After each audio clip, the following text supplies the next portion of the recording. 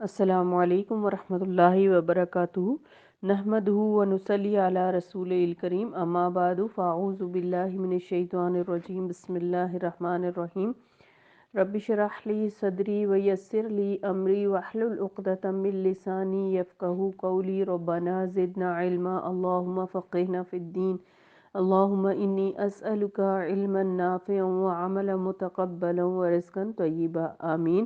5واں پارہ، پیچھے ہم چوتھے پارے کے آخر میں محرمات کے بارے میں پڑھ رہے تھے، وہیں سے کنٹینیو کرتے ہیں کہ اور وہ عورتیں، آیت نمبر 24 سے، اور وہ عورتیں بھی تم پر حرام ہیں جو کسی دوسرے کے نکاح میں ہوں، البتہ ایسی عورتیں اس سے مستثنیٰ ہیں جو جنگ میں تمہارے ہاتھ آئیں۔ یہ اللہ کا قانون ہے جس کی پابندی تم پر لازم کر دی گئی۔ ان کے سوا جتنی عورتیں ہیں انہیں اپنے اموال کے ذریعے سے حاصل کرنا تمہارے لیے حلال کر دیا گیا، یعنی مہر کے ذریعے، بشرطے کہ حصار نکاح میں ان کو محفوظ کرو، نہ یہ کہ آزاد شہوت رانی کرنے لگو۔ پھر جو ازواجی زندگی کا لطف تم ان سے اٹھاؤ، ان کے مہر ان کو بطور فرض ادا کرو، البتہ مہر کی قرارداد ہو جانے کے بعد آپس کی رضامندی سے تمہارے درمیان کوئی سمجھوتا ہو جائے تو اس میں کوئی حرج نہیں، اللہ علیم اور دانا ہے۔ تو اللہ سبحانہ وتعالیٰ نے انسان کے اندر بہت سی خواہشات رکھی ہیں جو اس کے لیے ایک امتحان ہوتی ہیں۔ ان فطری خواہشات میں ایک خواہش شہوانی خواہش یعنی سیکشول ڈیزائر بھی ہوتی ہے، یہ ہر انسان کے اندر موجود ہوتی ہے، مرد کے اندر بھی اور عورت کے اندر بھی، اور یہ اللہ سبحانہ وتعالیٰ نے رکھی ہے۔ یہ خواہش رکھنے کے بعد پھر اس خواہش کو پورا کرنے کے لیے حدود بھی بتا دی گئیں، یعنی یہ نہیں کہ انسان یہ کہے کہ چونکہ یہ خواہش اللہ تعالیٰ نے میرے اندر رکھی ہے اس لیے باقی خواہشات کی طرح اس کو بھی پورا کرنا میرا حق ہے، میں جیسے چاہوں کروں، ایسا ہرگز نہیں۔ اللہ سبحانہ وتعالیٰ نے اس خواہش کو پورا کرنے کے لیے طریقے بھی بتا دیے اور جذبات کی حد بندی بھی کر دی کہ کہاں تک، کس حد تک اور کس سے تعلق جائز ہے اور کس سے تعلق جائز نہیں۔ یہ حدود اور ضابطے جو اللہ تعالیٰ نے مقرر کیے ہیں ان میں سب سے اہم یہ ہے کہ مرد اور عورت کے درمیان اس خواہش کو پورا کرنے کا ایک جائز تعلق ہے، اور اس میں آپ دیکھیے کہ جہاں ایک طرف خواہش پورا کرنا مقصد ہے وہاں دوسری طرف خاندانی زندگی میں تقدس پیدا کرنا بھی مقصد ہے۔ اس لیے ہم دیکھتے ہیں کہ اللہ تعالیٰ نے نسب، رضاعت اور سسرالی رشتوں کے تحت قائم ہونے والے رشتوں کو حرام قرار دیا جو کہ انسان کے بالکل آس پاس اور قریب قریب ہوتے ہیں، اور ان سے نکاح کو حرام قرار دیا۔ پچھلے پارے سے لے کر اس پارے کے شروع تک جو مضمون چل رہا ہے وہ یہ کہ کن رشتوں کے ساتھ اس خواہش کو نہ نکاح کے بغیر اور نہ نکاح کے ساتھ پورا کیا جا سکتا ہے، یعنی ان کے ساتھ نکاح حرام ہے تاکہ انسان اپنی زندگی اور کچھ اور مقاصد کو بھی احسن طریقے سے پورا کر سکے۔ تو یہاں یہ بتا دیا گیا کہ کہ ایسی عورت سے تم نکاح نہیں کر سکتے، خواہش پوری نہیں کر سکتے جو کسی دوسرے کے نکاح میں ہو، کسی اور کی بیوی ہو، البتہ ایسی عورتیں اس سے مستثنیٰ ہیں جو جنگ میں تمہارے ہاتھ آئیں، یعنی ایکسیپشنل صورت میں جس کی تفصیل یہاں ضرورت نہیں۔ یہ اللہ تعالیٰ کا قانون ہے جس کی پابندی تم پر لازم کر دی گئی۔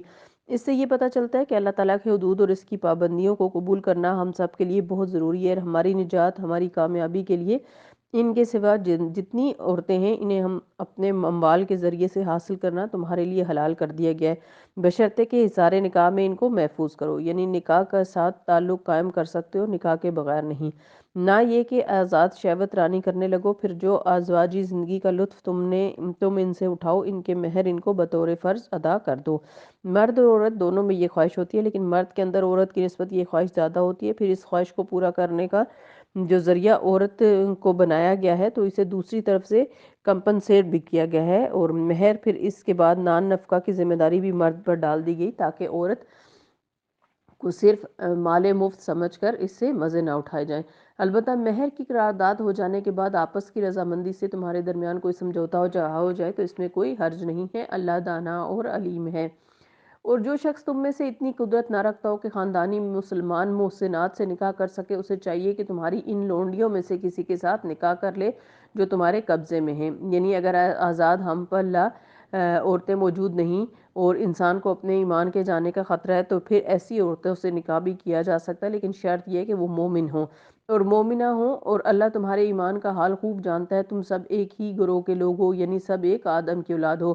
فَانْكِحُوهُنَّ بِإِذْنِ أَهْلِهِنَّ، لہٰذا ان کے سرپرستوں کی اجازت سے ان کے ساتھ نکاح کرو، یعنی جیسے ایک آزاد لڑکی کا نکاح اس کے ولی کی اجازت سے ہوتا ہے، اسی طرح ایک غلام عورت کا نکاح اس کے آقا کی مرضی سے ہوگا۔ اور معروف طریقے سے ان کے مہر ادا کرو تاکہ وہ حصار نکاح میں محفوظ محسنات ہو کر رہیں، آزاد شہوت رانی نہ کرتے پھرو، یعنی نکاح کے بندھن کے بغیر اس سے بھی تعلق قائم نہیں ہو سکتا۔ اور نہ چھپی چوری چھپے دوستیاں کرو، پھر جب وہ حصار نکاح میں محفوظ ہو جائیں اور اس کے بعد کسی بدچلنی کی مرتکب ہوں تو ان پر اس سزا کی نسبت آدھی سزا ہے جو خاندانی محسنات کے لیے مقرر کی گئی ہے۔ یہ سہولت تم میں سے ان لوگوں کے لیے پیدا کی گئی جن کو شادی نہ کرنے سے بندے تقوی ٹوٹ جانے کا اندیشہ ہو، لیکن اگر تم صبر کرو تو یہ تمہارے لیے زیادہ بہتر ہے۔ یہ کہا جا رہا ہے اس آیت میں، یعنی نکاح کے لیے اپنی خواہش کی تکمیل کے لیے ایسی عورت کا انتخاب کرو جو آئندہ زندگی میں تمہارے لیے ایک بہترین ساتھی ثابت ہو، تمہارے خاندان کو بہترین طور پر پرورش دینے والی ہو، تمہاری نسل کی محافظ تو وہ زیادہ بہتر ہے، اور اللہ بخشنے والا اور رحم فرمانے والا ہے۔ اس سے ہمیں بہت سی حکمت کی باتیں پتہ چلتی ہیں، ان میں سے ایک یہ کہ نکاح کی بنیاد ایمان پر ہونی چاہیے۔ ابو ہریرہ رضی اللہ عنہ سے روایت ہے کہ نبی صلی اللہ علیہ وسلم نے فرمایا، عورت سے 4 چیزوں کے پیش نظر نکاح کیا جا سکتا ہے: اس کے مال و دولت کی وجہ سے، اس کے حسب نسب کی وجہ سے، اور اس کی خوبصورتی کی وجہ سے، اور اس کی دینداری کی وجہ سے۔ آپ صلی اللہ علیہ وسلم نے پھر فرمایا، تیرے ہاتھ خاک آلود ہوں، دیندار عورت سے شادی کر کے کامیابی حاصل کرو۔ تو اس سے یہ پتہ چلتا ہے کہ ایمان کو، دین کو، اخلاق کو بہرحال مقدم رکھنا چاہیے، کیونکہ انسان اگر شادی کے وقت ایک دانش مندانہ فیصلہ کر لیتا ہے تو بہترین اور درست فیصلہ کر لیتا ہے تو دنیا اور آخرت دونوں ہی سنور جاتے ہیں، لیکن اگر جذبات سے مغلوب ہو کر انسان غلط فیصلہ کرتا ہے تو زندگی بھر کے لیے اپنے آپ کو عذاب میں مبتلا کر دیتا ہے، اور سب سے بڑا عذاب کسی مومن بندے کے لیے یہی ہو سکتا ہے کہ اس کے گھر والے دین پر نہ ہوں، اللہ تعالیٰ کو نہ پہچانتے ہوں جس سے وہ سب سے زیادہ محبت کرتا ہے۔ دوسری بات یہ کہ نیک بیوی دنیا کی بہترین متاع ہے۔ رسول اللہ صلی اللہ علیہ وسلم نے فرمایا، صحیح مسلم کی حدیث ہے، دنیا فائدہ اٹھانے کی چیز ہے اور دنیا کی بہترین متاع نیک عورت ہے۔ لیکن دوسری طرف یہ بھی بتا دیا گیا کہ نکاح کے بغیر عورتوں سے تعلق قائم نہ کرو، اسی وجہ سے مرد اور عورت کو تنہا ملنے کی ممانعت کی گئی ہے۔ شادی شدہ اور غیر شادی شدہ ساری خواتین اس اچھی طرح سے سن لیں، کسی لڑکی کو، کسی عورت کو اس بات کی بالکل اجازت نہیں ہے کہ کسی محرم رشتہ دار کے بغیر کسی نامحرم مرد سے اکیلے میں ملے، تنہائی میں ملے، اس کے ساتھ اکیلے گاڑی میں جائے یا کسی ہوٹل میں جائے یا کسی پکنک سپاٹ پر صرف دوستی کے لیے یا کسی ایسے تعلق کے لیے۔ اللہ تعالیٰ کی نظر میں ایسا تعلق حرام ہے۔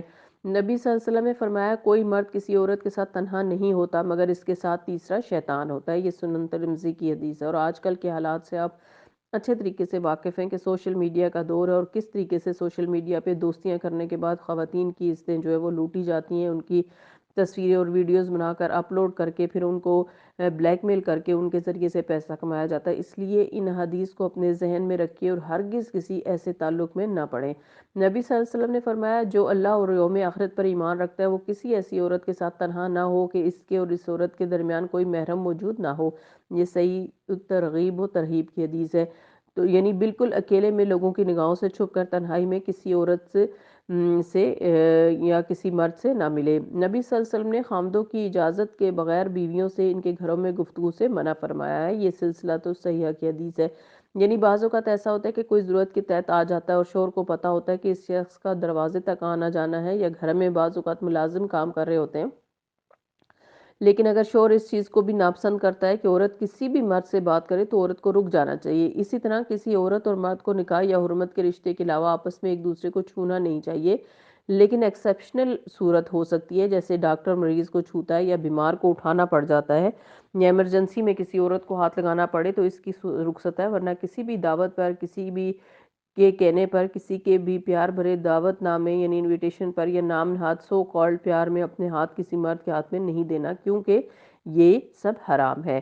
رسول اللہ صلی اللہ علیہ وسلم نے فرمایا، تم میں سے کسی کے سر پر لوہے کا ہتھوڑا مارا جائے تو یہ اس سے بہتر ہے کہ وہ کسی ایسی عورت کو چھوئے جو اس کے لیے حلال نہیں ہے۔ یہ بھی صحیح ترغیب و ترہیب کی حدیث ہے۔ یعنی مردوں کے لیے یہ بات حرام ہے، اس کا یہ مطلب نہیں کہ عورتوں کے لیے حلال ہے، ظاہر ہے دو طرفہ ہی تعلق ہوتا ہے نا، یک طرفہ تو نہیں ہوتا۔ اس لیے جب آپ کبھی کسی دکان پر جائیں یا مرد کے ساتھ کوئی لین دین کا معاملہ ہو، کوئی کاغذ لینا دینا ہو، تو اپنے ہاتھوں، اپنے جسم کو، اپنے آپ کو بچا کر رکھیں۔ اسی طرح بھیڑ اور رش کی جگہوں پر جانے سے ہر طرح سے گریز کریں۔ بازار یا کسی جگہ پر جانا ہو جہاں مرد بھی ہوں تو رک جائیں۔ موسیٰ علیہ السلام جب مدین گئے اور وہاں انہوں نے 2 لڑکیوں کو دیکھا جو مجمع میں گھس کے کام نہیں کر رہی تھیں بلکہ اپنے جانور رو کے ایک طرف کھڑی ہوئی تھیں۔ آپ دیکھیے کہ ان لڑکیوں کی اللہ تعالیٰ نے کیسی قسمت کھولی کہ دوسرے علاقے سے ایک نبی کو بھیج دیا، ان میں سے ایک سے شادی کے لیے، کتنا اچھا رشتہ آیا۔ یہ کس وجہ سے تھا سوچئے، کیسے ہوا؟ یہ ان کی شرم و حیا کی وجہ سے۔ تو جب تک شادی نہیں ہوتی اپنی شرم و حیا کی حفاظت کیجئے، اللہ سبحانہ وتعالیٰ سے اچھی امید رکھیے کہ وہ آپ کو نیک شوہر دیں گے۔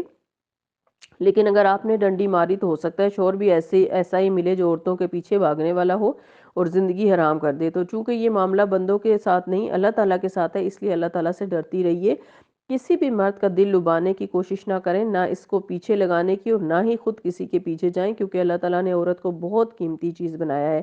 حتیٰ کہ اللہ تعالیٰ نے اس کے خامند کے لیے بھی اس کے جسم سے، اس کے حسن سے، اس کی ذات سے فائدہ اٹھانے کے لیے شرطیں رکھی ہیں، اور تم اس کی ضروریات بھی پوری کرو گے، اس کا نان نفقہ اٹھاؤ گے، اس کو ایک شہزادی بنا کے رکھو گے، اور اس کے دکھ اور تکلیف میں اس کا ساتھ دو گے۔ یہ نہیں کہ ہم ان آزاد معاشروں کی پیروی کریں جن میں عورتوں کو کھلے عام آزادی کے نام پر ہر مرد سے تعلق قائم کرنے کی اجازت ہے، اور اس کے بعد کیا ہوتا ہے؟ ان سے فائدہ اٹھا کر مرد بھاگ جاتے ہیں، ایک ایک دو دو بچے چھوڑ کر، اور وہ ساری زندگی اکیلی یعنی سنگل پیرنٹ کی حیثیت سے ان کو پالتی رہتی ہیں، جو بڑے ہو کر انہیں چھوڑ جاتے ہیں۔ اس طرح خاندان کا نظام تباہ برباد ہو کر رہ جاتا ہے۔ تو ایک عورت کو سب سے زیادہ اس بات کا خیال رکھنا چاہیے کہ وہ شادی کے بغیر کسی مرد سے کوئی تعلق نہ رکھے، اور پھر وہی بات دہراؤں گی کہ لن تنالوا البر حتی تنفقوا مما تحبون۔ اگر آپ کہتے ہیں کہ نہیں ہمیں بڑی شدید محبت ہو چکی ہے کسی سے، تو بھی نیکی کو نہیں پا سکو گے اگر تم اس محبت پر تلوار نہیں پھیرو گے۔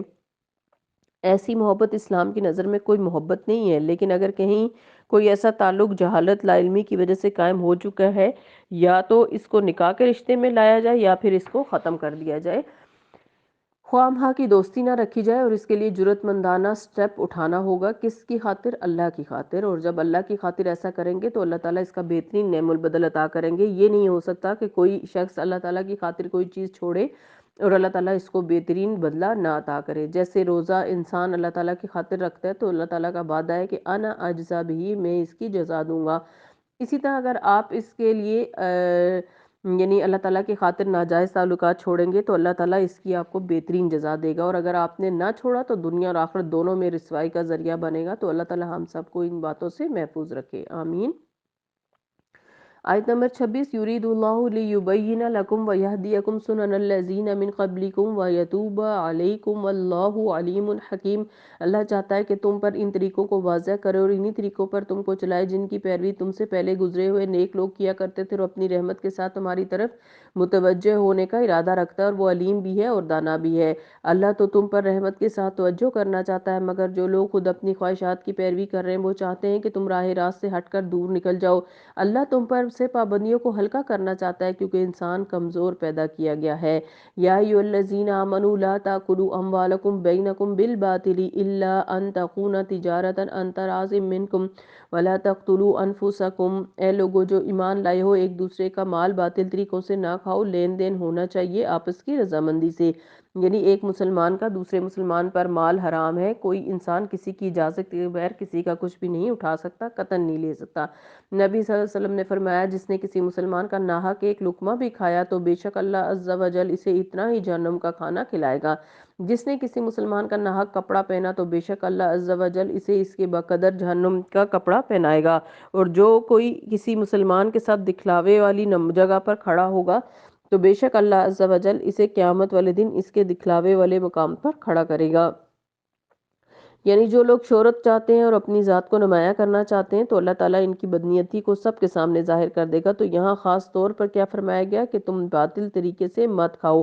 باطل طریقے میں کیا چیز آتی ہے؟ کسی کا مال چوری یا ڈاکے سے کھانا، غصب، خیانت، رشوت، سود، ناجائز طریقے سے دباؤ ڈال کر بیوی کا مہر اس سے معاف کروا لینا، ذخیرہ اندوزی کر کے اشیاء بیچنا۔ آج کل آپ دیکھیں جیسے ہی یہ پتہ چلتا ہے کہ کوئی چیز مہنگی ہونے والی ہے تو اس کو ذخیرہ کر لیا جاتا ہے، اور عوام بیچارے دیکھتے رہ جاتے ہیں، اور پھر اس کو بعد میں نکالا جاتا ہے اور مہنگے ریٹوں پہ بیچا جاتا ہے۔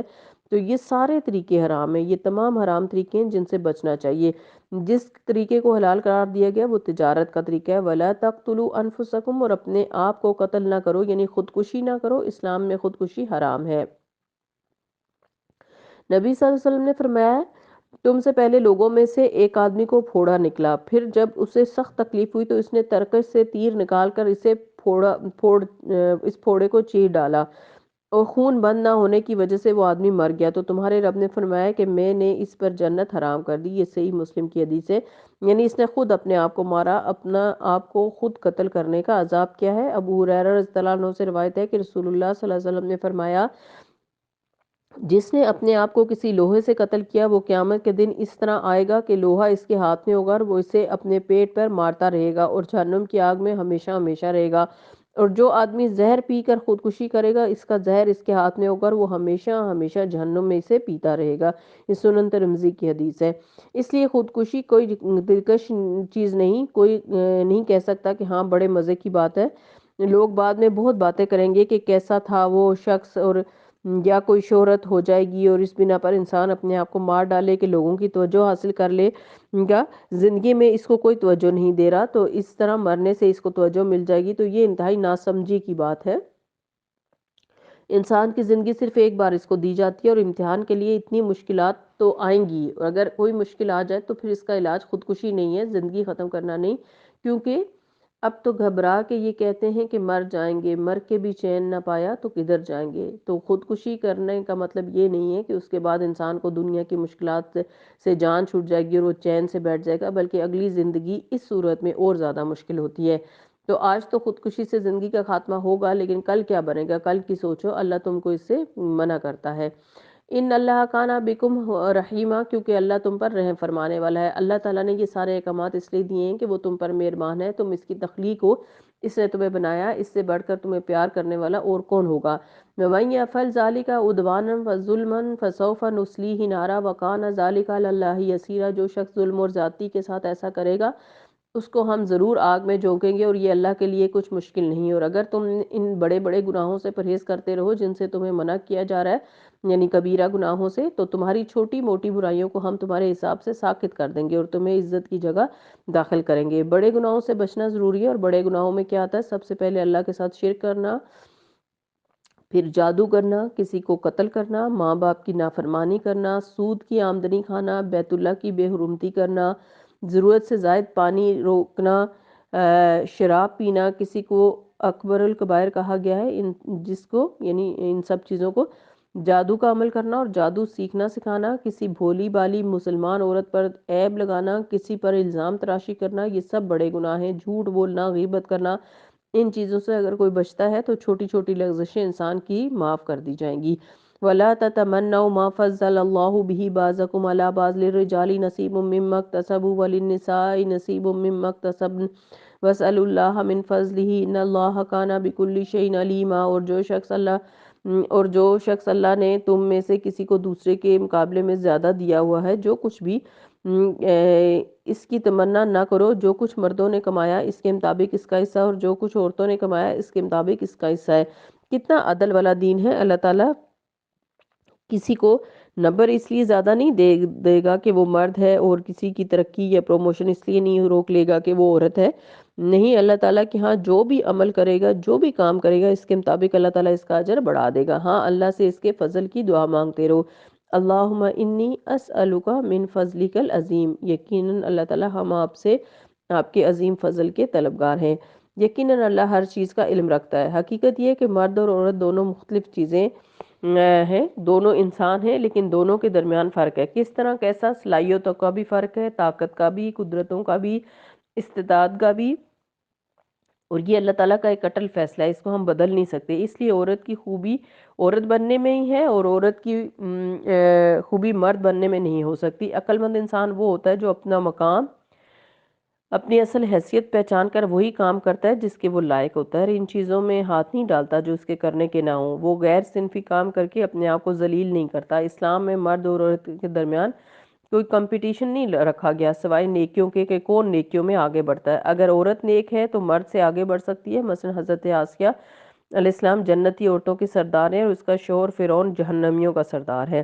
تو اب دیکھیے کہ ایک کا مقام کتنا بلند اور کتنا اونچا، اور دوسرے کا مقام کتنا پست۔ تو اس میں اصل بات مرد اور عورت ہونے کی نہیں، اصل بات یہ ہے کہ کون کن حالات میں اللہ تعالیٰ کی اطاعت زیادہ بہتر طریقے پر کرتا ہے۔ اس لیے ہمیں کیا نہیں کرنا، مردوں سے مقابلہ نہیں کرنا۔ مقابلہ کرنا ہو تو کس چیز میں کرنا ہے؟ نیکیوں میں۔ تو نیکیوں میں، جسمانی قوت میں، ذہنی قوت میں، صلاحیتوں میں جو کام اللہ تعالیٰ آپ سے لینے والے ہیں وہ مرد کر ہی نہیں سکتا۔ مثلاً بچوں کی پیدائش، ان کی تربیت کرنا، انہیں پالنا، اپنے لیے صدقہ جاریہ بنانا، یہ مرد نہیں کر سکتا۔ اس کے مقابلے میں باہر کے جو کام، بڑے بڑے خطرات کو مول لینا، جس کے لیے اللہ تعالیٰ نے انہیں بہت مضبوط بنایا ہے، وہ انہیں برداشت کر سکتے ہیں، جبکہ یہ عورتوں کے کام نہیں ہیں۔ تو انسان بلا وجہ دوسرے کے فیلڈ میں قدم نہ رکھے۔ ایسا کرنے سے کیا ہوگا؟ اپنے آپ کو بلا وجہ مشقت میں ڈالے گا اور وہ پھسلن کا شکار ہو کر گر پڑے گا۔ پھر سب سے بڑی بات یہ کہ ایمان والی عورتیں وہ ہوتی ہیں کہ اللہ تعالیٰ نے انہیں جو مقام دیا ہے وہ اسے خوشی سے قبول کرتی ہیں اور اپنے دائرے کے اندر رہ کر مقابلہ کرتی ہیں، اور وہ بھی دنیاوی معاملات میں نہیں، فلاں عورت کے پاس اتنا زیور ہے، میرے پاس اتنا ہو جائے، یا وہ فلاں بوتیک کے کپڑے پہنتی ہے تو میں بھی اس کے جیسے برانڈڈ سوٹ پہنوں یا ڈیزائنر کے کپڑے پہنوں۔ ان چیزوں میں مقابلہ نہیں کرنا چاہیے، کیونکہ ایسی حرکتوں سے انسان اللہ تعالیٰ کی نگاہ میں کوئی عزت حاصل نہیں کر سکتا۔ تو پھر مقابلہ کس چیز میں ہونا چاہیے؟ آپ سب کا آپس میں مقابلہ کس میں ہونا چاہیے؟ فَاسْتَبِقُوا الْخَيْرَاتِ، نیکیوں میں آگے بڑھنے کا مقابلہ کرنا ہے۔ اگر کوئی تہجد نہیں پڑھتا تو مجھے تہجد پڑھنی چاہیے، اگر کوئی قرآن مجید نہیں پڑھتا تو مجھے قرآن مجید پڑھنا ہے، اور اس سے زیادہ پڑھنا ہے، اور اس سے انشاءاللہ آپ کے اندر جو مسابقت کے جذبہ کا شوق ہے یا طلب ہے، یہ بھی فطری جذبہ ہے، جذبات میں سے ہے۔ یعنی جس طرح شہوانی جذبات ہوتے ہیں، اسی طرح مقابلے کی خواہش بھی، کسی سے آگے نکل جاؤں، یہ فطری ہے۔ اسے اسلام نے ختم نہیں کیا، بلکہ کیا کہا کہ صحیح اور صحت مندانہ مقابلہ، ہیلدی کمپٹیشن رکھو، جس سے تمہیں واقعی کوئی فائدہ پہنچے۔ آیت نمبر 33، وَلِكُلٍّ جَعَلْنَا مَوَالِيَ مِمَّا تَرَكَ الْوَالِدَانِ وَالْأَقْرَبُونَ، اور ہم نے اس طرح کے حصے مقرر کر دیے جو والدین اور رشتہ دار چھوڑیں، یعنی جو بھی وراثت میں چھوڑیں گے ان کے حصے تقسیم ہوں گے، کیونکہ اسلام دولت کو ایک جگہ اکٹھا ہونے نہیں دینا چاہتا، بلکہ اسے معاشرے میں تقسیم کرنا چاہتا ہے۔ مال اور دولت کی حیثیت معاشرے کے اندر ایسی ہے جیسے جسم میں خون کی حیثیت، اگر خون جسم کے کچھ حصوں میں جائے اور کچھ میں نہ جائے تو جسم عدم توازن یعنی امبیلنس کریٹ کرتا ہے اور اپنا توازن برقرار نہ رکھ سکے گا، جس کی وجہ سے انسان بیمار ہو جائے گا۔ تو اسی طرح اگر معاشرے کے اندر کچھ لوگوں کے پاس ڈھیروں مال ہو اور کچھ لوگ دو وقت کی روٹی کو ترستے ہوں، تو اس سے معاشرے میں اعتدال نہیں رہے گا اور آپس میں جھگڑے، فسادات اور بدامنی شروع ہو جائے گی، ایک دوسرے سے نفرت اور حسد شروع ہو جائے گا، جس کے نتیجے میں پھر معاشرے کی ترقی رک جائے گی۔ تو اسلام نے ایسے طریقے اختیار کیے جس کی وجہ سے دولت تقسیم ہوتی رہے، اور انہیں میں سے ایک طریقہ یہ ہے کہ مرنے کے بعد ایک شخص نے زندگی بھر جتنی بھی دولت کمائی وہ ایک کو نہ جائے بلکہ سب حصے داروں کو جائے۔ اور جن لوگوں سے تم عہد کر چکے ہو، یعنی جو رشتہ دار نہ ہو لیکن ویسے ہی ان سے کوئی وعدے کر رکھے ہیں، تو ان کا حصہ انہیں دو، یقیناً اللہ ہر چیز پر نگران ہے۔ الرجال قوامون علی النساء بما فضل اللہ بعضهم علی بعض وبما انفقوا من اموالہم، فالصالحات قانتات حافظات للغیب بما حفظ اللہ، مرد عورتوں پر قوام ہیں، مرد عورتوں پر قوام ہیں، یعنی ان کے منتظم ہیں، ان کی ضروریات پوری کرنے کے ذمہ دار ہیں۔ قوام یا قیم وہ شخص ہوتا ہے جو کسی فرد یا کسی آرگنائزیشن کے نظام کو درست حالت میں رکھے، اس کا انتظام سنبھالے، اس کی حفاظت کرے، اس کی نگرانی کرے، اس کی ضروریات پوری کرے۔ عورتوں کی ضروریات پوری کرنا مردوں کا کام ہے، یہ مرد کی ذمہ داری ہے، اس لیے اللہ تعالیٰ نے اسے قوام بنایا۔ بما فضل اللہ بعضهم علی بعض، اس وجہ سے اللہ نے ان میں سے بعض کو بعض پر فضیلت دی ہے، اور یہ فضیلت جسمانی طاقت اور مال خرچ کرنے کی بنا پر ہے۔ وَبِمَا أَنفِقُوا مِنْ أَمْوَالِهِمْ، اور وہ اس وجہ سے کہ وہ اپنے مالوں میں سے خرچ کرتے ہیں۔ یہ ایک فطری نظام ہے کہ جہاں بھی چند لوگ مل کر کام کریں وہاں ایک ڈسپلن ہو اور ایک آرگنائزیشن ہو، چاہے 3 لوگ کہیں سفر پر جا رہے ہوں یا 1000 لوگ کسی آرگنائزیشن میں کام کر رہے ہوں، تو وہاں ڈسپلن قائم کرنے کے لیے ایک شخص کو اپنے امور کا ذمہ دار بنانا ضروری ہوتا ہے۔ تو گھر بھی ایک چھوٹی سی آرگنائزیشن ہے نا، جس میں کسی ایک کو اس کا سربراہ ہونا ہوگا، قوام ہونا ہوگا۔ یہ ذمہ داری اللہ تعالیٰ نے مردوں کو دی ہے، عورتوں کو اس بوجھ سے فارغ کر دیا تاکہ اس کی ذمہ داریاں وہ ان کو احسن طریقے سے سر انجام دے سکے۔ یہ اللہ تعالیٰ کا حکم ہے اور ہمیں کیا کرنا چاہیے؟ اسے ماننا ہے، اسے قبول کرنا ہے۔ مرد کی برتری اللہ تعالیٰ نے رکھی ہے، دنیا کا کوئی قانون اور کوئی طریقہ اس کو ختم نہیں کر سکتا، کیونکہ وہ فطرت کے خلاف ہے۔ اگر مردوں سے یہی جنگ رہی کہ ہم آپ کے برابر یا آپ سے بڑے ہیں، تو اس کا نتیجہ کچھ بھی نہیں نکلے گا، کوئی فائدہ نہیں ہوگا۔ اس لیے عورتوں کا رول کیا بتایا گیا ہے؟ فَالصَّالِحَاتٌ قَانِتَاتٌ، تو جو اور نیک بیویاں ہیں وہ مردوں کے حکم پر چلتی ہیں۔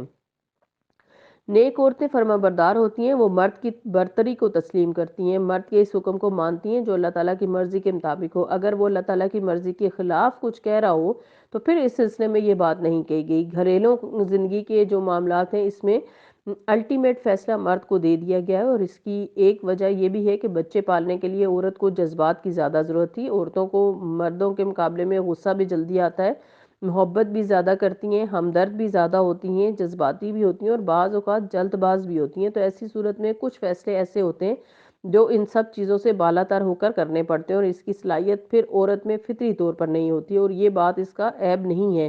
وہ ایک بہت بڑا کام کر رہی ہوتی ہے نسل انسانی کی پرورش کا۔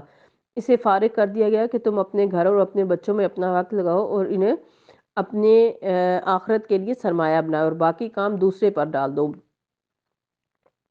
اللہ تعالیٰ نے یہ ذمہ داری خود مرد اور عورت کے مابین تفویض کی ہے۔ اللہ تعالیٰ کی نظر میں عورت کا مقام، اس کی خوبی، اس کا حسن کب ہے؟ اس وقت جب وہ شوہر کی فرما بردار ہو، صحیح اور درست احکامات میں اس کی مخالفت نہ کرنے والی ہو۔ بہترین بیوی وہ ہے جس کی طرف تم دیکھو تو تمہیں خوش کر دے، اور جب تم کسی بات کا حکم دو تو بجا لائے، اور تمہاری عدم موجودگی میں تمہارے مال اور اپنی ذات کی حفاظت کرے۔ تو یہ صحیح جامع الصغیر کی حدیث ہے۔ تو ہمیں ایسی بہترین عورت بن کر دکھانا ہے۔ رسول اللہ صلی اللہ علیہ وسلم نے فرمایا اللہ تعالیٰ اس عورت کی طرف نظر رحمت سے نہیں دیکھتا جو اپنے خاوند کی شکر گزار نہیں ہوتی، حالانکہ وہ اس سے بے نیاز نہیں ہو سکتی۔ سلسلۃ الصحیحہ کی حدیث ہے۔ تو اس کے بغیر یعنی وہ رہ نہیں سکتی، لیکن جب وہ ہوتا ہے تو اس سے لڑائی کرتی رہتی ہے، گلے شکوے کرتی رہتی ہے، ہر چیز میں شکوے شکایت کرتی ہے۔ شوہر جتنا چاہے جسمانی اور مالی طور پہ مستحکم ہو، وہ انسان ہے، وہ بھولتا ہے، غلطی بھی کرتا ہے، تو ایسی چیزوں کو نظر انداز کر دینا چاہیے۔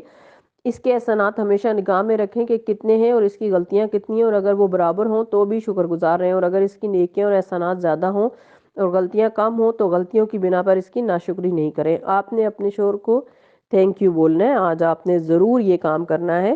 جو ابھی نہیں بول سکتے وہ آئندہ زندگی میں بولیں۔ دلوں میں لکھ لیں کہ شوہر کا شکر گزار رہنا ہے، اور یہ شکر گزاری آپ کے اپنے اندر، آپ کے گھر کے اندر، آپ کے تعلقات میں خوشگواری پیدا کرے گی۔ وہ منتظر رہتے ہیں کہ ہم خوش ہوں تو وہ بھی خوش ہوں گے، پھر آپ کو دگنی خوشی ہوگی۔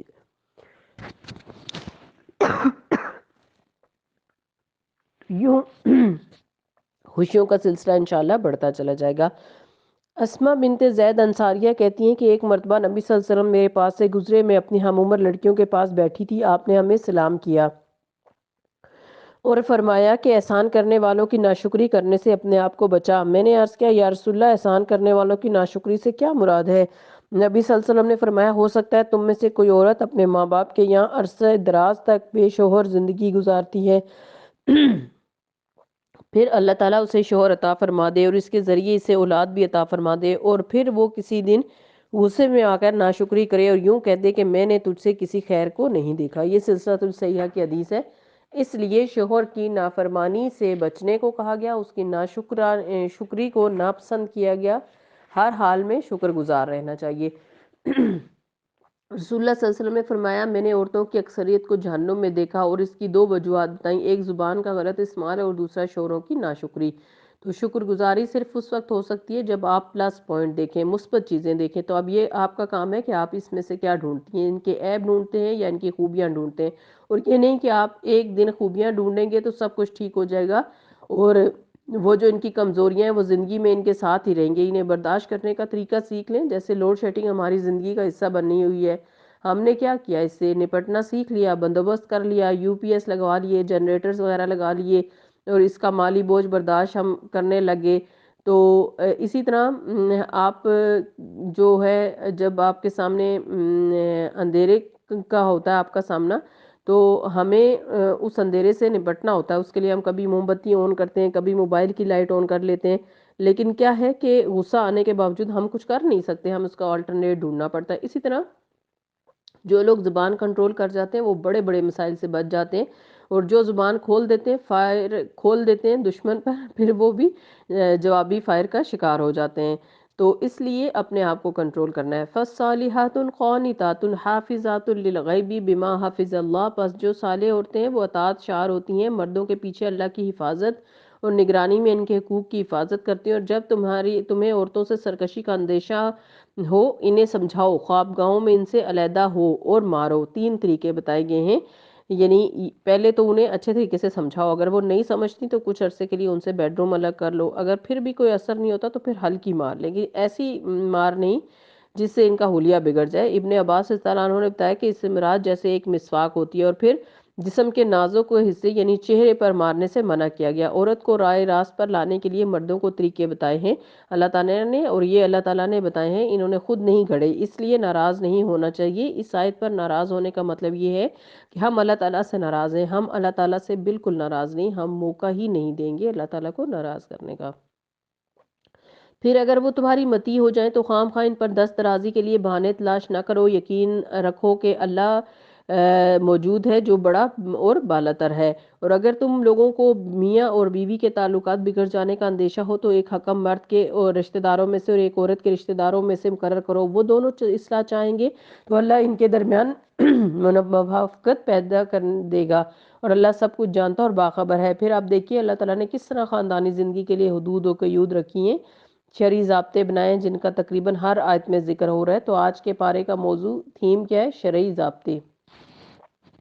وَاعْبُدُوا اللَّهَ وَلَا تُشْرِكُوا بِهِ شَيْئًا وَبِالْوَالِدَيْنِ إِحْسَانًا وَبِذِي الْقُرْبَى وَالْيَتَامَى وَالْمَسَاكِينِ وجار ذی القربى وجار الجنوب والصاحب بالجنب وابن السبیل وما ملکت ایمانکم ان اللہ لا یحب من کان مختالا فخورا۔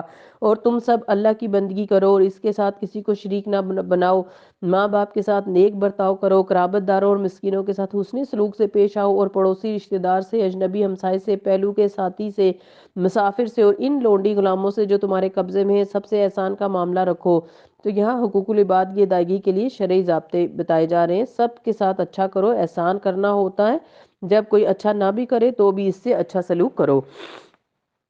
یقین جانو اللہ کسی ایسے شخص کو پسند نہیں کرتا جو اپنے پندار میں مغرور اور اپنے بڑائی پر فخر کرے، یعنی جو اپنے آپ کو بڑا سمجھے، جو خود پسندی کا شکار ہو، عجب و انا کا شکار ہو، تو جو دوسروں کو حقیر سمجھے، ایسا شخص اللہ تعالیٰ کا ناپسندیدہ ہے۔ تو یاد رکھیے جو شخص اللہ تعالیٰ کا ناپسندیدہ ہو جائے وہ کبھی بھی بندوں کا پسندیدہ نہیں ہو سکتا۔ ایسے اخلاق سے پرہیز کیجیے جو آپ کو اللہ تعالیٰ اور مخلوق کی نگاہوں میں گرا دے، اور اس سے بچنے کے لیے ان شرعی قاعدوں کی پابندی کیجیے۔ کون لوگ ہیں جو اللہ تعالیٰ کی نگاہوں میں گر جاتے ہیں؟ آیت 37، ایسے لوگ اللہ کو پسند نہیں، وہ لوگ جو کنجوسی کرتے ہیں، دوسروں کو بھی کنجوسی کی ہدایت دیتے ہیں، یعنی خود بھی مال خرچ نہیں کرتے اللہ کی راہ میں، دل کھلا نہیں کرتے، اور دوسرا کوئی کرے اس کو بھی روکتے ہیں۔ تو جو کچھ اللہ تعالیٰ نے ان کو اپنے فضل سے دیا ہے اس کو چھپاتے ہیں، کسی کو ہوا نہیں لگنے دیتے کہ ان کے پاس کیا ہے اور کوئی ہم سے مانگ ہی نہ بیٹھے۔ ایسے کفران نعمت لوگوں کے لیے ہم نے رسوا کن عذاب تیار کر رکھا ہے، اور وہ لوگ بھی اللہ کو ناپسند ہیں جو اپنے مال محض لوگوں کو دکھانے کے لیے خرچ کرتے ہیں، یعنی جب اللہ تعالیٰ کی راہ میں خرچ کرنے کی ضرورت پیش آتی ہے تو بخل کرتے ہیں، جب لوگوں پر احسان کرنے کی ضرورت ہوتی ہے تو بخل کرتے ہیں، ہاں جب خود نمائی کا وقت ہوتا ہے تو خوب ہاتھ کھلا کر لیتے ہیں۔ اور نمائش کے مواقع کون سے ہیں؟ ہماری جیسے شادی بیاہ ہیں، مہندی، مائیوں، برائیڈل شاور، بارات پر اور نکاح کے دن، ولیمہ اور بعد کی دعوتیں، سارے لین دین اور رسمیں، ہر بار ملاقات کے لیے جانے پر، شادی سے پہلے اور بعد میں کچھ دن تک جو تحفے تحائف کا تبادلہ ہوتا رہتا ہے، یہ سب کیا ہے؟ کیا ان میں سے کچھ بھی سنت سے ثابت ہے؟ نہیں، بالکل بھی نہیں۔ لیکن آپ دیکھیں کہ اس بنا پر ہم نے نکاح کو کتنا مشکل بنا دیا ہے۔ یہ سب اسراف ہے جسے اللہ تعالیٰ نے حرام قرار دیا ہے، اس کی کوئی ضرورت نہیں ہے، لیکن اس کے پیچھے محرک کیا ہے؟ دکھاوا۔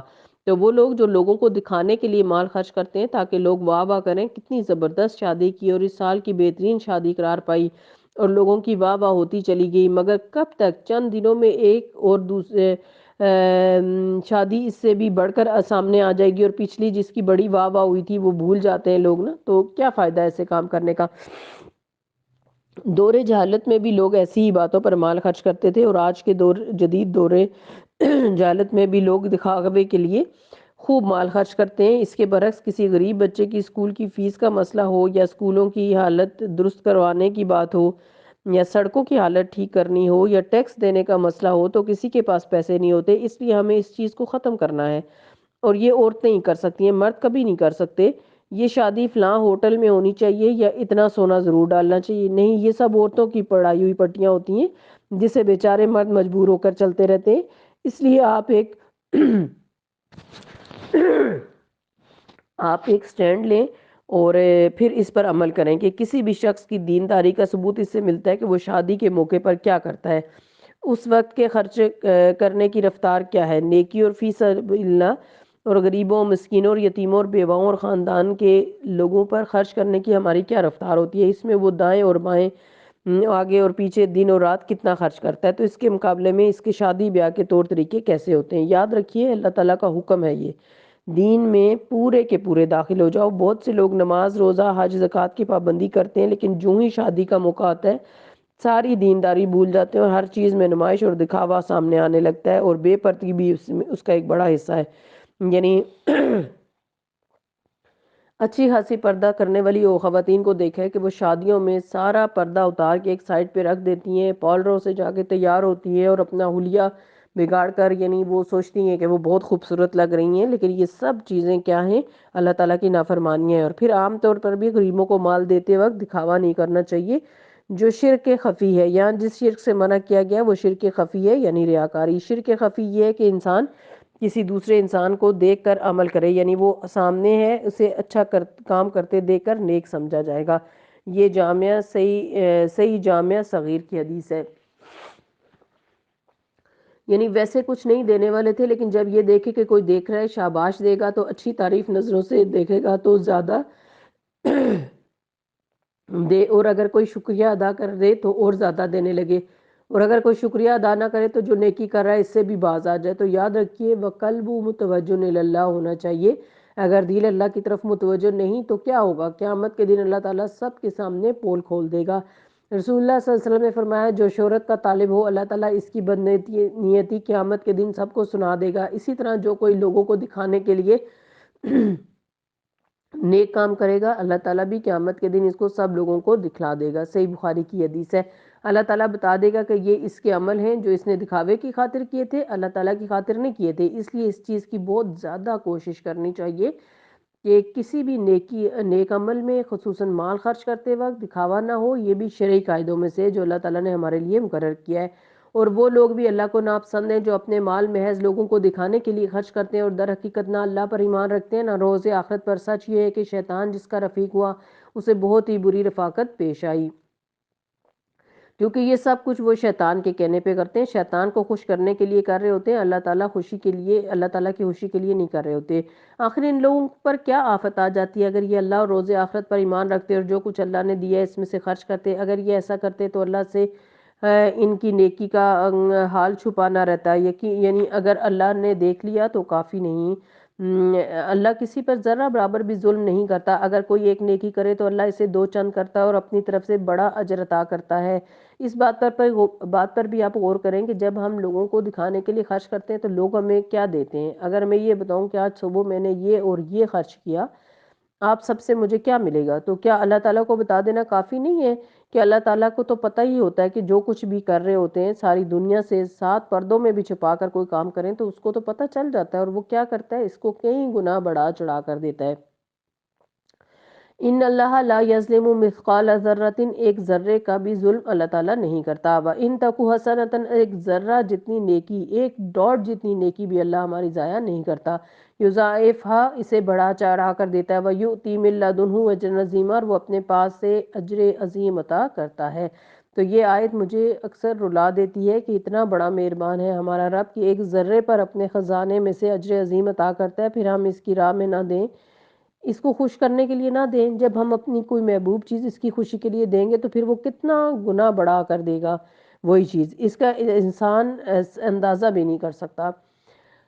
فَكَيْفَ إِذَا جِئْنَا مِنْ كُلِّ أُمَّةٍ بِشَهِيدٍ وَجِئْنَا بِكَ عَلَى هَؤُلَاءِ شَهِيدًا، اور اس وقت کیا کریں گے، یعنی قیامت کے دن جب ہم ہر امت میں سے ایک گواہ لائیں گے اور ان لوگوں پر تمہیں یعنی محمد صلی اللہ علیہ وسلم کو گواہ کی حیثیت سے لائیں گے۔ اس دن یعنی قیامت کے دن جن لوگوں نے رسول کی بات نہ مانی، انکار کیا، کفر کیا اور اس کی نافرمانی کرتے رہے، وہ یہ تمنا کریں گے کاش زمین پھٹ جائے اور میں اس میں سما جاؤں، یعنی انہیں اتنی شرمندگی ہوگی اور وہاں یہ کوئی بات اللہ سے چھپا نہ سکیں گے۔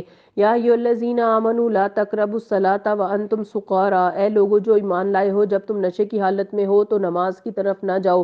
گویا نماز اس وقت پڑھنی چاہیے جب تم جانو کہ تم کیا پڑھ رہے ہو۔ اسی طرح جنابت کی حالت میں بھی نماز کے قریب نہ جاؤ، الا یہ کہ غسل کر لو، یعنی حیض ماہواری یعنی جو منتھلی سائیکل کے بعد غسل کرنا چاہیے۔ شوہر اور بیوی کے جسمانی تعلق کے بعد غسل ضروری ہے، الا یہ کہ راستے سے گزرتے ہو اور کبھی ایسا ہو کہ تم بیمار ہو، سفر میں ہو، یا تم میں سے کوئی رفع حاجت کر کے آئے، یا تم نے عورتوں سے لمس کیا ہو اور پھر پانی نہ ملے تو پاک مٹی سے کام لو، یعنی جہاں نہانے کی ضرورت ہو لیکن پانی نہیں یا بیماری ہے تو اس صورت میں تیمم کیا جائے اور اس سے اپنے چہروں اور ہاتھوں پر مسح کر لو۔ قرآن مجید میں چہرے کا ذکر پہلے آتا ہے اور ہاتھوں کا بعد میں آتا ہے، یعنی تیمم کا طریقہ نبی صلی اللہ علیہ وسلم نے ایک مرتبہ اپنے ہاتھ زمین پر مارا اور پھر اس کی مٹی کو پھونک ماری اور پھر اس کے بعد چہرے اور ہاتھوں پر اسی ہاتھ کو ملا۔ ان اللہ کانا عفوا غفورا، بے شک اللہ تعالیٰ معاف کرنے والا اور بخشنے والا ہے۔ تم نے ان لوگوں کو دیکھا جنہیں کتاب کے علم کا کچھ حصہ دیا گیا، وہ خود ضلالت کے خریدار بنے ہوئے ہیں، چاہتے ہیں کہ تم بھی راہ گم کر دو، اور اللہ تمہارے دشمنوں کو خوب جانتا ہے اور تمہاری حمایت و مددگاری کے لیے کافی ہے۔ جو لوگ یہودی بن گئے ان میں کچھ لوگ ہیں جو الفاظ کو ان کے محل سے پھیر دیتے ہیں، یعنی تعریف کرتے ہیں اور دین حق کے خلاف باتیں بناتے ہیں، تان کرتے ہیں اور ان کے لیے اپنی زبان کو موڑ توڑ کر کہتے ہیں سمعنا وعصینا، ہم نے سنا تو ہے لیکن ہم مانیں گے نہیں، اور اسمع غیر مسمع، سنو اور نہ سنوائے جاؤ، اور رائنا بنا دیتے ہیں۔ اگر وہ کہتے ہیں سمعنا وطعنا واسمع اور انظرنا، جس کا مطلب ہے کہ ہم نے سنا اور ہم نے اطاعت کی اور آپ سنیے اور ہماری طرف نظر کیجئے، تو یہ انہی کے لیے بہتر تھا اور زیادہ راست بازی کا طریقہ تھا۔ یعنی جو شخص دین کا مذاق اڑانے کے لیے کوشش کرتا ہے اللہ تعالیٰ اس کا بدلہ اس کو دے کر رہیں گے۔ ہر انسان کے پاس چانس ہے، شرعی قاعدہ ہے کہ انسان اپنی چوائس شریعت کے مطابق رکھے، اس کے خلاف نہ جائے کیونکہ وہی انسان کے لیے بہتر ہے، مگر ان پر تو ان کی باطل پرستی کی بدولت اللہ کی پھٹکار پڑی ہوئی ہے، اس لیے وہ کم ہی ایمان لاتے ہیں۔ اے لوگو جو کتاب دیے گئے ہو اس کتاب پر ایمان لے آؤ جو ہم نے نازل کی، وہ اس کتاب کی تصدیق اور تائید کرتی ہے جو تمہارے پاس پہلے سے موجود ہے، اس سے پہلے کہ ہم چہرے بگاڑ کر ان کو پیچھے پھیر دیں یا ان کو اسی طرح لعنت زدہ کر دیں جیسا ہم نے سبت والوں کے ساتھ کیا تھا۔ سبت والوں سے مراد وہ لوگ ہیں جنہوں نے ہفتے کے دن مچھلیاں پکڑی تھی جو بنی اسرائیل میں سے تھے، اللہ تعالیٰ نے ان کے چہروں کو بگاڑ کر بندر بنا دیا تھا، اور یاد رکھو کہ اللہ کا حکم نافذ ہو کر رہتا ہے، اللہ بس شرک ہی کو معاف نہیں کرتا، اس کے سوا جس قدر گناہ ہے جس کے لیے چاہتا ہے معاف کر دیتا ہے۔ اللہ کے ساتھ جس نے کسی اور کو شریک ٹھہرایا اس نے بہت بڑا جھوٹ تصنیف کیا اور بڑے سخت گناہ کی بات ہے۔ تم نے ان لوگوں کو بھی دیکھا جو اپنی پاکیزگی نفس کے دم بھرتے ہیں، حالانکہ پاکیزگی اللہ جسے چاہتا ہے عطا کرتا ہے، یعنی خود کو نیک سمجھنا اور اپنی نیکی کے چرچے کرنا یہ بات اللہ کو پسند نہیں، اور انہیں جو پاکیزگی نہیں ملتی در حقیقت ان پر ذرا برابر بھی ظلم نہیں کیا جاتا۔ یعنی ایک تو یہ ہوتا ہے کہ اللہ تعالیٰ جسے پاک کر دے، اگر کچھ لوگوں کو پاک نہیں کرتا تو ایسا نہیں کہ اللہ تعالیٰ کو ان لوگوں سے کوئی دشمنی ہوتی ہے، یہ سب ان کی حرکتوں، قصوروں، گناہوں اور ان کی ہٹ درمی کی وجہ سے اللہ سبحانہ وتعالیٰ ان کو ہدایت نہیں دیتے۔ دیکھو تو صحیح کہ یہ اللہ پر بھی جھوٹ افطرا گھڑنے سے نہیں چوکتے اور ان کے گناہ گار ہونے کے لیے یہی ایک گناہ کافی ہے کہ کیا تم نے ان لوگوں کو نہیں دیکھا جن کو کتاب کے علم میں سے کچھ حصہ دیا گیا، ان کا حال یہ ہے کہ وہ جبت اور طاغوت پر ایمان لاتے ہیں۔ جبت سے مراد بے معنی اور بے حقیقت چیزیں، جادو، کہانت، فالگیری، ٹونے ٹوٹکے، شگون، وہمی خیالی باتیں، یہ سب جبت ہیں۔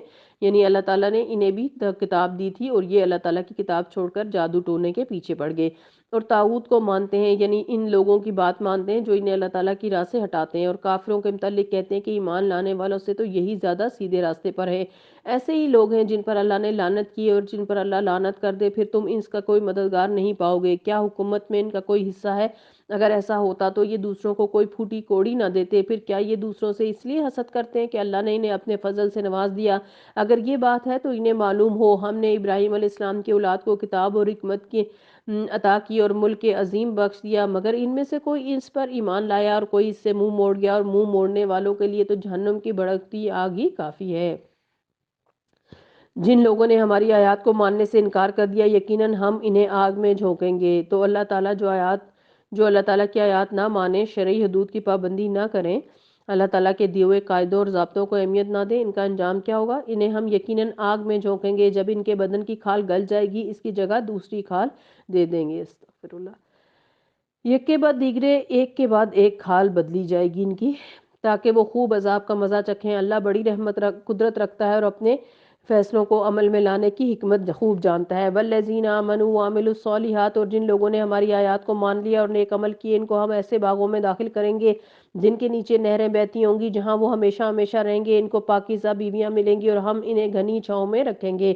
یعنی اللہ تعالیٰ کے حدود کو ماننے والے اور نہ ماننے والے برابر نہیں ہیں، دونوں میں بڑا فرق ہے۔ ان اللہ یامرکم ان تؤدوا الامانات الی اہلیہا، مسلمانوں اللہ تمہیں حکم دیتا ہے ایک اور شرعی ضابطے کی، امانتیں اہل امانت کے سپرد کر دو، یعنی امانتیں اس کے سپرد کرو جو اس کا اہل ہو، حقدار ہو، اور جب لوگوں کے درمیان فیصلہ کرو تو عدل کے ساتھ کرو، اللہ تم کو نہایت عمدہ نصیحت کرتا ہے اور اللہ یقیناً سب کچھ سنتا اور دیکھتا ہے۔ یعنی لوگوں کے درمیان عدل و انصاف سے فیصلہ کرنا یہ ایک بہت بڑا شرعی ضابطہ ہے۔ رسول اللہ صلی اللہ علیہ وسلم نے فرمایا، انصاف کرنے والے رحمان عز و جل کے دائیں جانب اور اللہ کے نزدیک نور کے ممبروں پر ہوں گے، اور اللہ کے دونوں ہاتھ دائیں ہیں، یہ وہ لوگ ہوں گے جو اپنی رعایا اور اہل و عیال میں عدل و انصاف کرتے ہوں گے۔ صحیح مسلم کی یہ حدیث ہے۔ یعنی بعض لوگ تو باقاعدہ اعلان شدہ جج ہوتے ہیں جو عدالتوں میں فیصلہ کرتے ہیں، لیکن کسی نہ کسی حد تک ہر انسان فیصلہ کر رہا ہوتا ہے نا اپنی جگہ پر، اور کچھ نہیں تو ذہنی فیصلے، یعنی ججمنٹ تو ہر وقت جاری رہتا ہے، تو اس میں بھی عدل و انصاف سے کام لینا چاہیے۔ یا ایھا الذین آمنوا، اے لوگو جو ایمان لائے ہو، اطیعوا اللہ و اطیعوا الرسول، اللہ کی اطاعت کرو، رسول اللہ صلی اللہ علیہ وسلم کی اطاعت کرو، وَأُولِي الْأَمْرِ مِنْکُمْ، اور ان لوگوں کی جو تم میں سے صاحب امر ہیں، یعنی اپنے حاکموں کی جو تم پر امیر مقرر ہوئے ہیں۔ یہ امارت مالی نہیں ہے بلکہ حکم کے اعتبار سے، جیسے خاندانی زندگی میں شوہر ہے، پھر اسی طرح ادارے میں جو اس کا ذمہ دار ہے، کسی سکول کلاس کے اندر جو ٹیچر ہے یا گروپ انچارج ہیں، یہ سب کیا ہیں؟ ذمہ دار ہیں۔ تو جنہیں کوئی ذمہ داری سونپی گئی ہے، جن پر ذمہ دار بنایا گیا ہو، تو ان کی اخلاقی اور شرعی ذمہ داری بنتی ہے کہ وہ معروف میں اپنے امیر کا حکم مانیں۔ فَإِن تَنَازَعْتُمْ فِي شَيْءٍ، پھر اگر تمہارا کسی معاملے میں کوئی تنازع، جھگڑا یا کھینچا تانی ہو جائے، تو باہم اختلاف ہو جائے، تو فَرُدُّوا إِلَى اللَّهِ وَالرَّسُولِ، تو اس سے اللہ اور اس کے رسول کی طرف پھیر دو، کیونکہ اصل فائنل اتھارٹی وہی ہے جو کسی معاملے میں فیصلہ کرے۔ ان کنتم تؤمنون باللہ والیوم الآخر، اگر تم اللہ اور یوم آخرت پر ایمان رکھتے ہو تو یہی ایک صحیح طریقہ کار ہے اور انجام کے بھی اعتبار سے بہتر۔ اے نبی، تم نے دیکھا نہیں ان لوگوں کو جو دعویٰ تو کرتے ہیں کہ ہم ایمان لائے اس کتاب پر جو تمہاری طرف نازل کی گئی اور ان کتابوں پر جو تم سے پہلے نازل کی گئی، مگر چاہتے ہیں کہ اپنا فیصلہ کروانے کے لیے طاغوت کی طرف رجوع کرے، حالانکہ انہیں طاغوت سے کفر کرنے کا حکم دیا گیا ہے اور شیطان انہیں بھٹکا کر راہ راست سے دور لے جانا چاہتا ہے۔ اور جب ان سے کہا جاتا ہے کہ آؤ اس چیز کی طرف جو اللہ نے نازل کی اور آؤ رسول کی طرف، تو ان منافقوں کو تم دیکھتے ہو کہ یہ تمہاری طرف آنے سے کتراتے ہیں۔ یعنی سچے مومنوں کے سامنے جب کوئی شریعت کا حکم آتا ہے تو وہ فوراً لبیک کہتے ہیں، اور دوسرے لوگ جو بظاہر ایمان کا دعویٰ کرتے ہیں لیکن دل میں ایمان نہیں رکھتے، منافقت اختیار کرتے ہیں، وہ اس سے بھاگتے ہیں۔ پھر اس وقت کیا ہوتا ہے جب ان کے اپنے ہاتھوں کی لائی ہوئی مصیبت ان پر آن پڑتی ہے، اس وقت یہ تمہارے پاس قسمیں کھاتے ہوئے آتے ہیں اور کہتے ہیں کہ اللہ کی قسم ہم تو صرف بھلائی چاہتے ہیں اور ہماری نیت تو یہ تھی کہ فریقین میں کسی طرح موافقت ہو جائے، یعنی آپس کے جھگڑوں میں وہ دینی عدالت کے مطابق فیصلہ لینے کے بجائے، اور خصوصاً نبی صلی اللہ علیہ وسلم کے زمانے میں آپ صلی اللہ علیہ وسلم کو حکم بنانے کے بجائے طاغوت، یعنی مدینہ میں جو آپ کے مخالف سردار تھے، انہیں اپنا حکم بناتے، تو یہ ان کی طرف خصوصی طور پر اشارہ ہے، یہاں پر انہیں طاغوت کہا گیا ہے۔ اللہ جانتا ہے جو کچھ ان کے دلوں میں، اور اس سے تعرض مت کرو، انہیں سمجھاؤ اور ایسی نصیحت کرو جو ان کے دلوں میں اتر جائے۔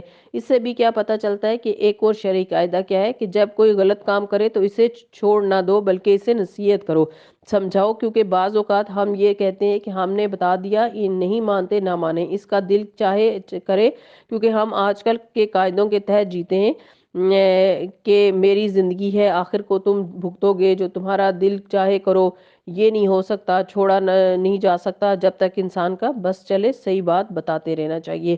انہیں بتاؤ کہ ہم نے جو رسول بھی بھیجا اسی لیے بھیجا کہ اللہ تعالیٰ کے حکم کی بنا پر اس کی اطاعت کی جائے۔ اگر انہوں نے یہ طریقہ اختیار کیا ہوتا کہ جب یہ اپنے نفس پر ظلم کر بیٹھے تو تمہارے پاس آ جاتے اور اللہ سے معافی مانگتے، رسول بھی ان کے لیے معافی کی درخواست کرتے، تو یقیناً اللہ کو بخشنے والا اور رحم والا فرماتے۔ نہیں اے محمد صلی اللہ علیہ وسلم، تمہارے رب کی قسم، یہ کبھی مومن نہیں ہو سکتے جب تک یہ اپنے باہمی اختلافات میں تم کو فیصلہ کرنے والا نہ مان لیں۔ تو کیا پتہ چلتا ہے جب ہمارے درمیان فقہی اختلافات ہوں، اگر صحیح حدیث سامنے آ جائے تو ہمیں صحیح حدیث کو لے لینا چاہیے اور اس کے مقابلے میں اپنے ائمہ کے قول کو پیچھے کر دینا چاہیے، اور اس میں کسی طرح کی کوئی تعویل نہیں کرنی چاہیے۔ پھر جو کچھ فیصلہ تم کرو اس پر بھی اپنے دلوں میں کوئی تنگی محسوس نہ کریں بلکہ اسے سر تسلیم کر لیں۔ اور اگر ہم نے انہیں حکم دیا ہوتا کہ اپنے آپ کو ہلاک کر دو یا اپنے گھروں سے نکل جاؤ، ان میں سے کم آدمی ان میں سے کم آدمی اس پر عمل کرتے، حالانکہ جو نصیحت انہیں کی جاتی ہے اگر یہ اس پر عمل کرتے تو یہ ان کے لیے زیادہ بہتری اور زیادہ ثابت قدمی کا موجب ہوتا۔ اگر یہ ایسا کرتے تو ہم انہیں بہت بڑا اجر عطا کرتے اور انہیں سیدھا راستہ دکھاتے۔ یعنی جب انسان سنت کی پیروی کرتا ہے، صحیح راستہ اختیار کرتا ہے، تو اللہ تعالیٰ اس کے لیے مزید نیکیوں کے مواقع کھول دیتا ہے اور نیکی پر ثابت قدمی بھی عطا کرتا ہے۔ یاد رکھیے، انسان کا ایک قدم جو معصیت کی طرف، گناہ کی طرف اٹھتا ہے، وہ صرف ایک نہیں ہوتا۔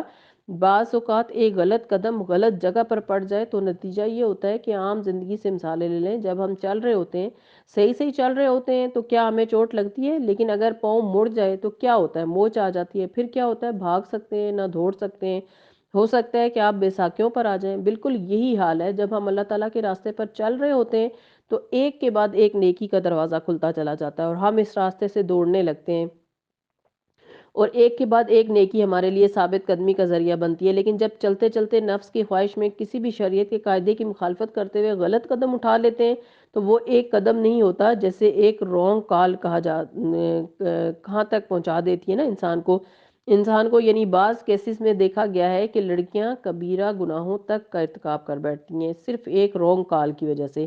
بلا وجہ مذاق مذاق کی دوستی، اگر انسان سیدھا چلتا رہے اور کہیں بھی تھوڑا سا پھسلے تو فوراً واپس ہو، کیونکہ صراط مستقیم پر چلے بغیر گزارا ہی نہیں ہے، کیونکہ کوئی اور راستہ جنت کی طرف نہیں لے کے جاتا۔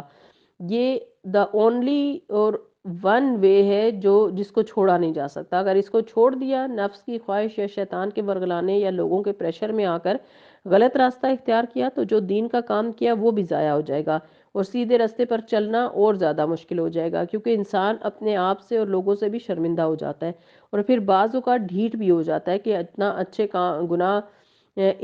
گناہ ہو گئے ہیں تو کچھ اور بھی کر لوں۔ انسان لا علم ہوتا ہے، لیکن جب اس کو علم ہو جائے تو اس کا طریقہ کیا ہونا چاہیے کہ اسے کیا کرنا چاہیے؟ اس روشنی کے پیچھے چل پڑنا چاہیے، اس سیدھے راستے کو اختیار کرنا چاہیے، تو پھر اللہ تعالیٰ اس کی حفاظت فرماتے ہیں۔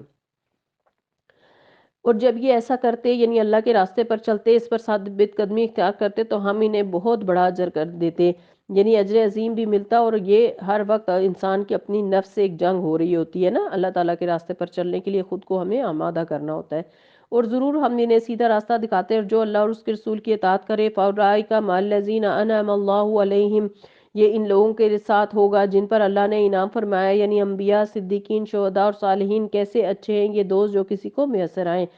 تو ایسے لوگوں کی صحبت، ایسے لوگوں کا ساتھ جو پاک نفس ہوں، پاک دامن ہوں، پاک باز ہوں، جن کی ساری محبتیں اللہ تعالیٰ کے لیے خالص ہوں اور جو اسے خوش کرنے میں دن رات دوڑ پھر رہے ہوں، یہ حقیقی فضل ہے جو اللہ کی طرف سے ملتا ہے اور حقیقت جاننے کے لیے بس اللہ ہی کافی کا علم کافی ہے۔ یا ایھا الذین آمنوا، اے لوگو جو ایمان لائے ہو، مقابلے کے لیے ہر وقت تیار ہو، یعنی دشمن سے مقابلے کے لیے ایک اور شریک عائدہ، تو جیسا موقع ہو الگ الگ دستوں کی شکل میں نکلو یا گٹھے ہو کر، یعنی حالات کے تقاضے کے مطابق۔ ہاں، تم میں سے کوئی ایسا بھی ہے جو لڑائی سے جی چراتا ہے، اگر تم پر کوئی مصیبت آئے تو کہتا ہے کہ اللہ نے مجھ پر بڑا فضل کیا کہ میں ان لوگوں کے ساتھ نہ گیا، اور اللہ کی طرف سے تم پر فضل ہوتا ہے تو کہتا ہے کہ گویا تمہارے اور اس کے درمیان محبت کا تو کوئی تعلق ہی نہ تھا، کاش کہ میں بھی ان کے ساتھ ہوتا تو بڑا کام بن جاتا۔ ایسے لوگوں کو معلوم ہو کہ اللہ کی راہ میں لڑنا چاہیے۔ ان لوگوں کو جو آخرت کے بدلے دنیا کی زندگی بیچ دیں، جو اللہ کی راہ میں لڑے گا اور مارا جائے گا یا غالب رہے گا، اسے ہم ضرور اجر عظیم عطا کریں گے۔ آخر کیا وجہ ہے کہ تم اللہ کی راہ میں ان بے بس مردوں، عورتوں اور بچوں کی خاطر نہ لڑو جو کمزور پا کر دبا لیے گئے اور فریاد کر رہے ہیں کہ اللہ ہمیں اس بستی سے نکالے جس کے باشندے ظالم ہیں، اپنی طرف سے ہمارے لیے کوئی حامی اور مددگار پیدا کر دے۔ الذین آمنوا یقاتلون فی سبیل اللہ، جن لوگوں نے ایمان کا راستہ اختیار کیا وہ اللہ کی راہ میں لڑتے ہیں۔